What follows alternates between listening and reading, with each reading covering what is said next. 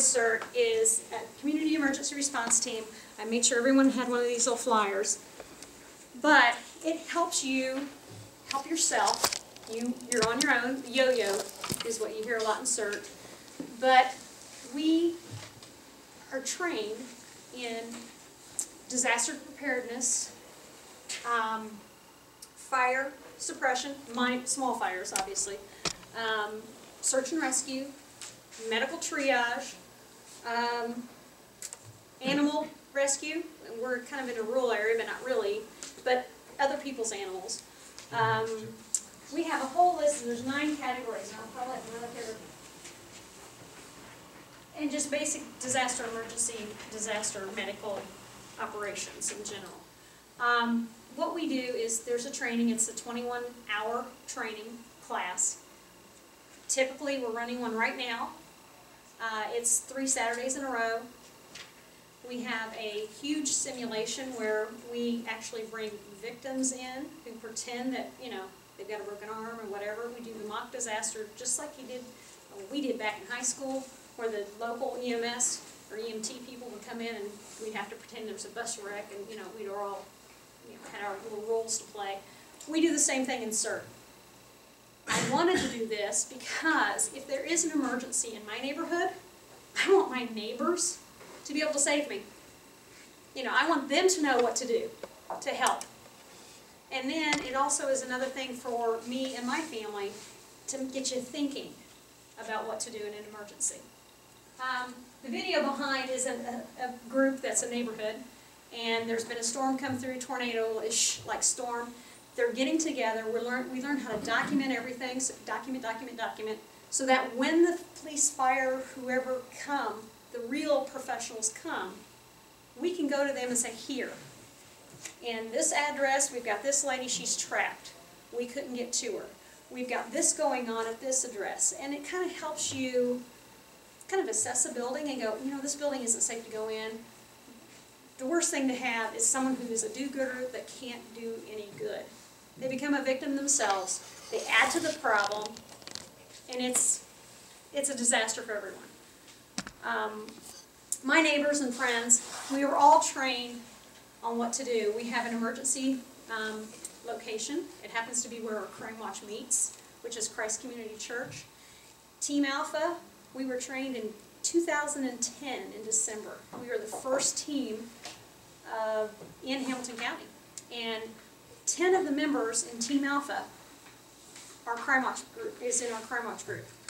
The pastor of the church where we meet, one of the deacons that lives a half a block away from me. We decided that to help each other, we needed to actually know each other a little bit more.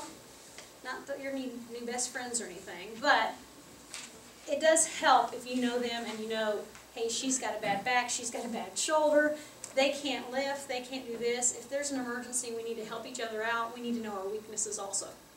I also know who in our neighborhood has a canoe, who has a chainsaw, that's me, who has tools that we may need in the emergency that we can knock on the door and say, hey, we got a tree over the sidewalk, or we got a tree on Mrs. Smith's, you know, deck. Can we help? You know, we'd like to help her out and, you know, get rid of it. CERT is nationwide, the Department of Homeland Security.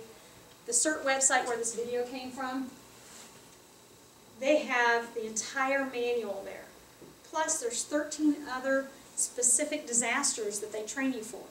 Today is the tornado, formidable footprint tornado exercise, which I really like that one. That's a good one.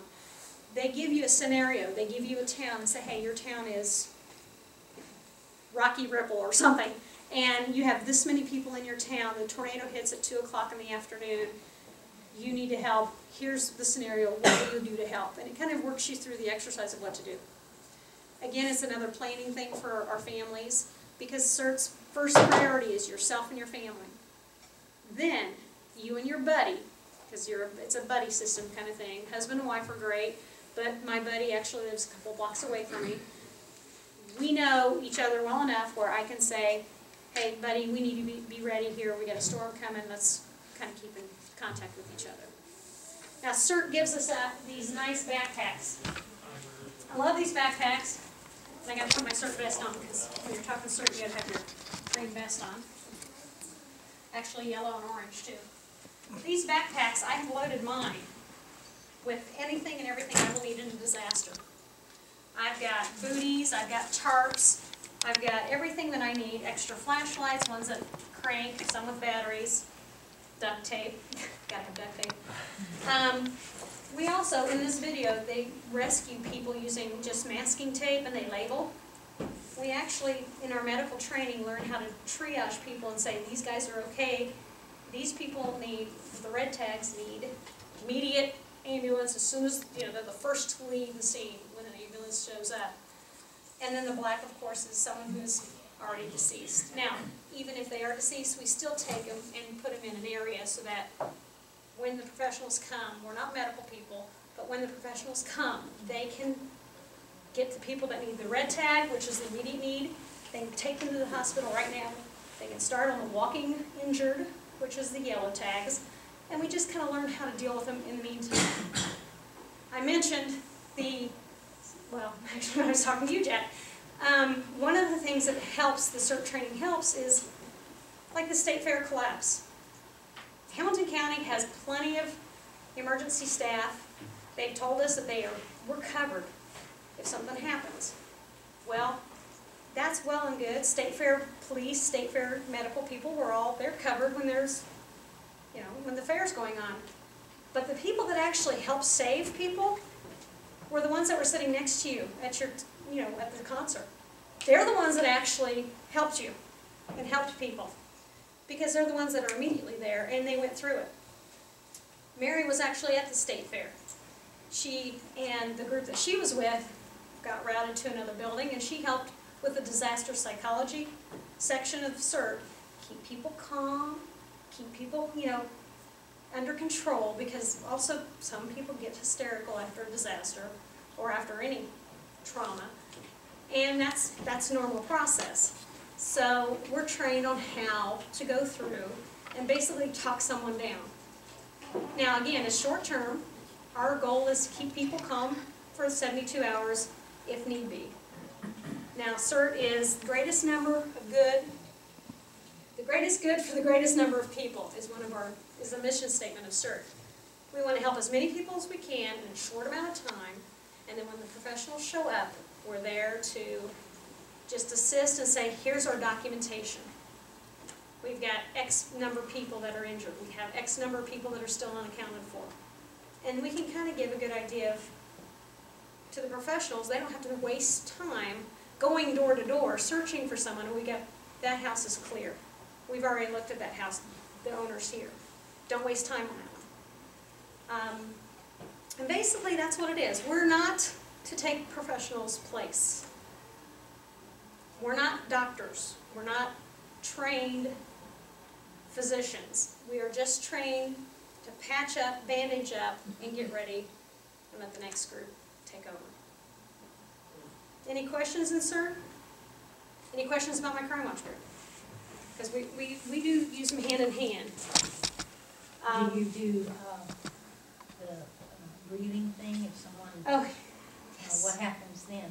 If there's a breathing, obviously CPR is not part of CERT. However, we've been CPR trained through Crime Watch, and that again kind of meshes with the whole search and rescue. But CERT is greatest good for the greatest number of people. CPR, you have to administer CPR until the professionals come. That's the rule. It's Red Cross, whoever's trained you, that's what they tell you. You keep it up until the professionals come to relieve you. If you have no idea when the professionals are coming, you can, if you've got enough volunteers to help, you can set someone aside to do that if they want to. But in a town, or in this situation where there's a community center that has been damaged by the tornado, the best thing we can do is categorize, get them ready for transport. And then in the video, the actual police and fire show up when they're in the process. So it does help. We're here to help. We're not here to be in the way. Some of the training we do get is people are in shock, how to determine if they're in shock and what to do. how to stay cool if it's 100-degree weather, how to keep people warm, what not to do for, you know, for frostbite or whatever. Those kind of things are pretty common sense for us that live in Indiana, because we're used to having a 90-degree day and then snow the next, you know, that kind of thing, how we're kind of used to that kind of stuff. But it does help to be trained again and reiterated in your head. Can I say one thing, Brenda? You can say whatever you want, Mary. One of the biggest things that I learned in this program was how to protect my family, my friends that live with me or right next door. You know, I need to stay safe. I need to take care of the people that are closest to me. It's like the children, you know, is to be able to keep everybody from going outside or getting hurt or becoming a victim. And if I can do that, I have done a tremendous job of securing safety in my home area and in my house and my family. And then I can go out and help someone else. But that's the biggest thing for me, is to be able to help my family be safe.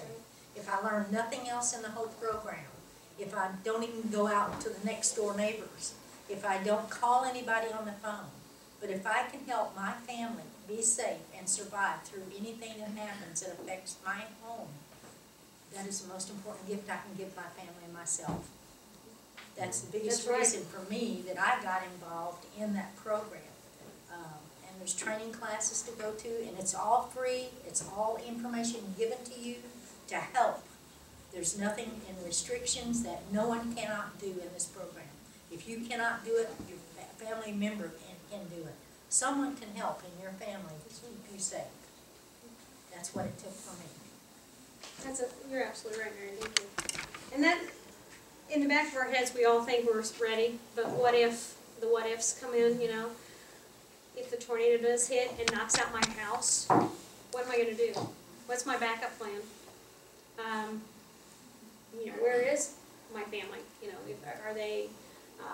are they buried under rubble? Are they here? If I know they're in this room and I can't get to them, CERT teaches you basic cribbing to lift up walls. We actually do that in our training. We actually use 4x4s or what's around to lift up using leverage to pull people to safety. That was kind of one of my things as well. As my husband used to travel all the time. He was never home. I'm by myself, and at the time my child lived at home. She and I are there by ourselves. What do we do?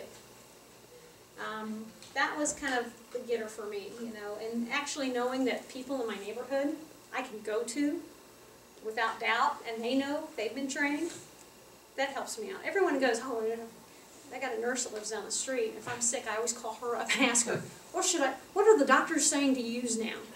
Well, that's kind of what this is. I can go to Mary and say, Mary, hey, this has happened. What do we do? Do you know any suggestions? Do you have a resource for me? What can we do to help? That kind of thing. And Karen, she's always there. She can cook anything. Yeah. She can cook anything, and it's great. And we can feed the masses if we need to. But seriously, though, it does kind of help to have those resources near you. And that's why CERT's best with crime watch areas. I'll give you guys something giggle to laugh about for a second. This is kind Not of just cute. Not